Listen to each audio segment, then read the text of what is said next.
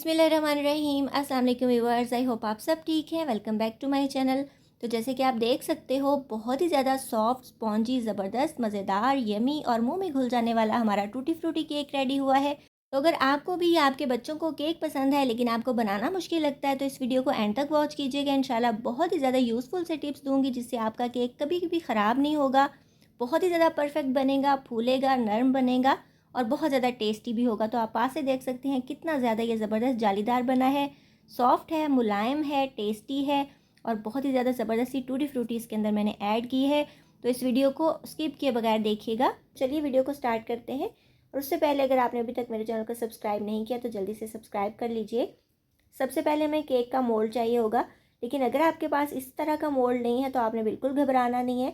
आप कोई भी एलुमिनियम का जो भी आपके पास मोल्ड हो, जो बर्फ़ आप जमाने के लिए यूज़ करते हैं, उसको भी यूज़ कर सकते हैं। तो इसके अंदर आपने जो है ये ऑयल लगा लेना है अच्छे तरीके से। और अगर आपके पास ये ब्रश नहीं है तो फिर भी आपने घबराना नहीं है, आपने ऑयल को टिश्यू पेपर के साथ इसके अंदर लगा लेना है। तो बस इसके बाद हम इसके अंदर थोड़ा सा मैदा डस्ट कर देंगे और उससे ये होता है कि केक बिल्कुल भी चिपकता नहीं है आपके मोल्ड के साथ और बेक होने के बाद इजीली बाहर आ जाता है। तो हमने इसको थोड़ा थोड़ा सा फैला लेना है सारी साइडों पे और नीचे भी, ताकि ये सारी साइडों पे अच्छे तरीके से लग जाए।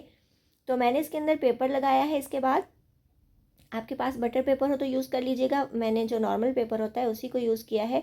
इसको मैंने मोल्ड के साइज़ का कट कर लिया था और इसको लगाने के बाद मैं दोबारा से इसके ऊपर ऑयल लगा दूँगी।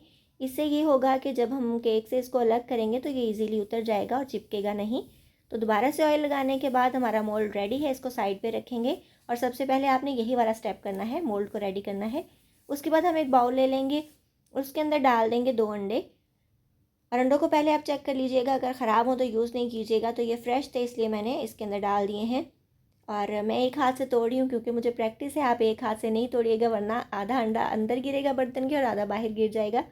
तो उसके बाद ये बीटर दे के भी आपने नहीं घबराना बिल्कुल भी, क्योंकि आप इसको हैंड विस्क के साथ भी कर सकते हो। तो मेरे पास था तो मैंने टाइम सेव करने के लिए इसको यूज़ कर लिया है। और इसको हम अच्छे तरीके से बीट कर लेंगे। स्टार्ट में हमने स्पीड थोड़ी सी स्लो रखनी है और बाद में इसको इंक्रीज़ करते जाएंगे। और ये इस तरह का जो हैंड विस्क है आप इसके साथ भी इजीली कर सकते हो। ज़रूरी नहीं है कि आपके पास इक्विपमेंट्स पूरे होंगे तभी आप कोई डिश बनाओगे। अगर आपका पैशन है, आपका दिल कर रहा है बनाने का, आपको शौक़ है, तो आप कोई भी चीज़ नॉर्मल सी यूज़ करके एक अच्छी डिश बना सकते हो। उसके बाद थोड़ा सा हमने अंडों को बीट किया है और उसके बाद डाल देंगे चीनी जो मैंने ग्राइंड कर ली थी। तो ये हाफ़ कप चीनी है। अगर आपके पास इस तरह का मेजरिंग कप नहीं है तो आप कोई भी नॉर्मल जो चाय वाला कप होता है उससे आप मेजर करके ये सारी चीज़ें ले सकते हो। तो ये आधा कप चीनी है जिसको मैंने ग्राइंड कर लिया था। उसके बाद तकरीबन 1/4 कप जितना मैं इसके अंदर डाल रही हूँ कुकिंग ऑयल। और चीनी को ग्राइंड हम इसलिए कर लेते हैं क्योंकि जब चीनी मोटे मोटे दाने होते हैं वो मेल्ट नहीं हो पाते, तो जब हम केक को बेक करते हैं तो उसके नीचे बैठ जाते हैं और उसको नीचे से जल जाते हैं और उसका टेस्ट भी अच्छा नहीं आता और कलर भी डार्क हो जाता है। तो इसलिए आप कोशिश कीजिएगा कि चीनी को ग्राइंड करके यूज़ करें। और अगर आप ग्राइंड नहीं कर सकते फॉर सम रीज़न्स तो आप क्या करेंगे कि बारीक वाली चीनी लेंगे और उसको अच्छे तरीके से बीट करेंगे और मेक श्योर करेंगे कि उसका दाना बिल्कुल भी ना रहे। तो ये देखिए थोड़ी देर के बाद हमारा जो अंडों का बैटर है उसका कलर थोड़ा सा वाइट होने लग गया है, कलर चेंज हो गया है। तो हमने इसको अच्छे तरीके से तब तक बीट करना है जब तक कि हमारी चीनी अच्छे तरीके से इसमें मेल्ट हो जाए और इसका कलर थोड़ा सा लाइट हो जाए। तो बस हम इसको इतना ही बीट करेंगे। इसके बाद बारी है इसके अंदर मैदा ऐड करने की। तो मैदा हमने छान के यूज़ करना है, कभी भी बगैर छाने हम मैदा यूज़ नहीं करेंगे किसी भी चीज़ में। इससे ये होता है कि रिज़ल्ट बहुत अच्छा आता है और कोई भी अगर इसमें कोई छोटी मोटी चीज़ है तो वो भी निकल जाती है। 1 टीस्पून बेकिंग पाउडर ले लेंगे, भर के हमने लेना है इसको। और उसके बाद ले लेंगे हाफ़ टी स्पून जितना बेकिंग सोडा। ये तीनों चीज़ें हम छान के इसके अंदर ऐड कर देंगे। उसके बाद मैं डाल रही हूँ इसके अंदर थोड़ा सा वनीला एसेंस। और ये इसलिए होता है कि जो अंडों की एक स्मेल होती है ना वो नहीं आती केक से। तो आपने इसके कुछ कतरे ही डालने हैं, तकरीबन 3 से 4 ड्रॉप्स डालने हैं। ज़्यादा डालने से इसका टेस्ट थोड़ा सा बिटर हो सकता है, तो इसलिए आपने एसेंस कम ही डालना है। इसको हम कट एंड फोल्ड टेक्निक को फॉलो करते हुए थोड़ा सा मिक्स कर लेंगे। और आपने जो है ये एक बात माइंड में रखनी है कि जब हमने मैदा ऐड कर देना है उसके बाद हमने कभी भी इसको तेज़ तेज़ बिल्कुल भी बीट नहीं करना, बहुत ज़्यादा ओवर बीट नहीं करना, वरना आपका केक फूलेगा नहीं। थोड़ा सा दूध जो है वो मैंने नीम गर्म कर लिया था, वो भी ऐड करेंगे। और दूध को हम एक साथ नहीं डालेंगे, थोड़ा थोड़ा सा डालेंगे और उसको मिक्स करते जाएंगे ताकि एकदम से डालने से ये बैटर पतला ना हो जाए। और अगर आपको बैटर गाढ़ा लगता है तो इसमें आप थोड़ा सा और भी दूध डाल सकते हैं। तो हमने थोड़ा सा और दूध ऐड किया है, इसको दोबारा से हम बीट कर लेंगे। हम इसको हैंड विस्क के साथ कर लेंगे क्योंकि इसमें जो लम्स हैं वो बिल्कुल भी नहीं रहने चाहिए। और अगर आप इसको इस स्टेज पे बहुत ज़्यादा ओवर बीट कर दोगे तो आपका केक कभी भी नहीं फूलेगा, वो डेंस हो जाएगा, बैठ जाएगा। तो इस चीज़ का ख्याल रखिएगा। बस हल्के हाथ से मिक्सिंग करने के बाद हम इसके अंदर ये टूटी फ्रूटी ऐड कर देंगे। ये मेरी होममेड टूटी फ्रूटी है, देखिए कितनी ज़्यादा कलरफुल और बहुत ही ज़्यादा यमी लग रही है।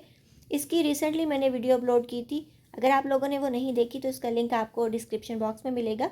तो बहुत ज़्यादा ईजी और यमी सी रेसिपी है। और बाज़ार से जो हम केक लेते हैं उसमें कभी भी इतनी ज़्यादा टूटी फ्रूटी ऐड नहीं करते, तो घर में हम इसको ढेर सारी ऐड कर सकते हैं जिससे आपका केक बहुत ही ज़्यादा कलरफुल और मज़े का लगता है। और मैंने थोड़ा सा मैदा मिक्स कर लिया था टूटी फ्रूटीज़ में ताकि आपस में चिपके नहीं। उसके बाद हमने इसको फ़ौरन से अपने मोल्ड में ट्रांसफ़र कर देना है बैटर को। और बैटर को बनाने के बाद फ़ौरन से हमने केक के मोल्ड में डाल देना है और बेक करने के लिए रख देना है। अगर ये बैटर ज़्यादा देर पड़ा रहेगा तब भी केक नहीं फूलेगा। तो ये छोटी छोटी चीज़ें आप माइंड में रखिएगा। और हमने बैटर को ट्रांसफ़र कर लेना है अपने मोल्ड के अंदर। सारा बैटर अच्छी तरीके से निकाल लेना है ताकि वेस्ट ना हो। मोल्ड को हम 3-4 बार टैप करेंगे काउंटर पे ताकि एयर बबल्स निकल जाए और आपका केक जो है वो इक्वली सारी साइडों से फूल जाए। उसके बाद हमने एक पुरानी कढ़ाई ली थी, उसको गर्म कर लिया था, तकरीबन 10 से 15 मिनट तक इसको मैंने प्री हीट कर लिया। उसके अंदर एक रखा है स्टैंड और उसके ऊपर रख देंगे अपना मोल्ड। और मोल्ड रखने के बाद मैं इसके ऊपर थोड़ी सी और टूटी फ्रूटी डाल दूँगी ताकि देखने में खूबसूरत लगे। और आपने मेक श्योर करना है कि कढ़ाई का जो ढक्कन है वहाँ से इसकी स्टीम कहीं से भी लीक नहीं होनी चाहिए, वरना आपका केक बनने में टाइम लेगा बहुत ज़्यादा और फूलेगा भी नहीं। तो मैंने माचिस की एक तीली ली थी, उसके ऊपर थोड़ा सा पेपर लपेट दिया था और इसके सुराख को अच्छे तरीके से बंद कर दिया था। आप देख सकते हैं 3 से 4 मिनट हम मीडियम फ्लेम पे पकाएंगे, उसके बाद 40 से 45 मिनट बिल्कुल स्लो फ्लेम पे यानी दम वाली आंच पे पकाएंगे। तो ये हमारा ज़बरदस्त सा टूटी फ्रूटी केक रेडी हो जाएगा। आपने इसको चेक करना है, या तो टूथपिक ले लें या फिर कोई वुडन स्क्वायर ले लें, तो इसके अंदर डाल के देखेंगे अगर ये गीली है या फिर इसके साथ कोई फूड पार्टिकल्स हैं तो इट मीन्स आपका केक अभी डन नहीं हुआ, थोड़ा देर और इसको बेक करें। तो मेरा माशाल्लाह ये हो गया था 45 मिनट में। और हमने सेंटर में टूथपिक डाल के देखना है क्योंकि साइडों से ये पहले पक जाता है और सेंटर से बाद में पकता है। तो ये तरीका होता है इसको चेक करने का। और थोड़ी देर हम इसको पड़ा रहने देंगे ताकि मोल्ड को टच करना ईजी हो जाए और उसके बाद नाइफ से इस तरह से किनारे लूज़ कर लेंगे और ये हमारा केक बहुत ही ज़बरदस्त तरीके से बाहर आ जाएगा अपने मोल्ड में से। तो बस इसको हम जो नीचे से इसकी साइड है वो भी अलग कर देंगे। इस तरीके से ये बना होता है और इससे केक निकालना बहुत ईजी हो जाता है। तो अब ये नीचे वाली जो प्लेट है ये भी हम अलग कर देंगे इसके साथ जो लगी होती है। और आप देखिए माशाल्लाह कितना ज़्यादा परफेक्ट इसका कलर है, नीचे से भी बिल्कुल भी डार्क नहीं हुआ, बहुत ही ज़्यादा परफेक्ट कलर आया है। इसका हम पेपर भी अलग कर देंगे। और देखिए कितनी ढेर सारी टूटी फ्रूटी इसके अंदर मैंने ऐड की है, बाज़ार वाले केक से आपको कभी भी इतनी चीज़ें नहीं मिलेंगी। तो आप देख सकते हो माशाल्लाह कितना शाइनी और सॉफ्ट हमारा जो है ये केक बना है। देखिए कितना सॉफ्ट और स्पॉन्जी है माशाल्लाह। ऊपर कितनी ज़बरदस्त सी शाइन है, कलर कितना ज़बरदस्त है, साइडों से या नीचे से भी बहुत ज़्यादा डार्क नहीं हुआ और बहुत ही परफेक्ट हमारा केक बेक हुआ है। तो अब आपको इसको कट करके एक पीस पास से भी चेक करवाऊँगी और कट करने से भी आपको आइडिया हो रहा होगा कि कितना ज़्यादा सॉफ्ट और माशाल्लाह हमारा ज़बरदस्त सा केक रेडी हुआ है। एक और चीज़ आप नोटिस करें कि ये जो इसका कलर है ये कितना ज़्यादा ज़बरदस्त और ब्राइट सा येलो लग रहा है, हालांकि मैंने इसके अंदर कोई भी कलर नहीं ऐड किया। ये एंडो का नेचुरल कलर है।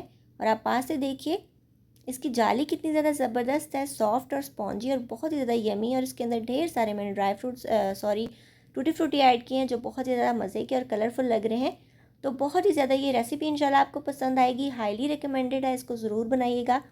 तो इंशाल्लाह ये आपकी फ़ैमिली की भी बहुत ही ज़्यादा फेवरेट हो जाएगी। स्पेशली बच्चे तो बहुत ही ज़्यादा शौक से खाएंगे और आपसे बार बार फरमाइश भी करेंगे कि आप उनको ये केक बना के दें। तो जैसे कि ईद आ रही है, मीठी चीज़ें सबके घर में बनती है, तो मेरे चैनल पे लबे शीरीं की रेसिपी, शीर खुरमा की रेसिपी और बहुत ही ज़्यादा यमी सी रबड़ी की रेसिपी है। इसके अलावा रस मलाई की रेसिपी है और मैंगो आइसक्रीम, स्ट्रॉबेरी आइसक्रीम, सभी तरह की रेसिपीज़ आपको मिल जाएंगी।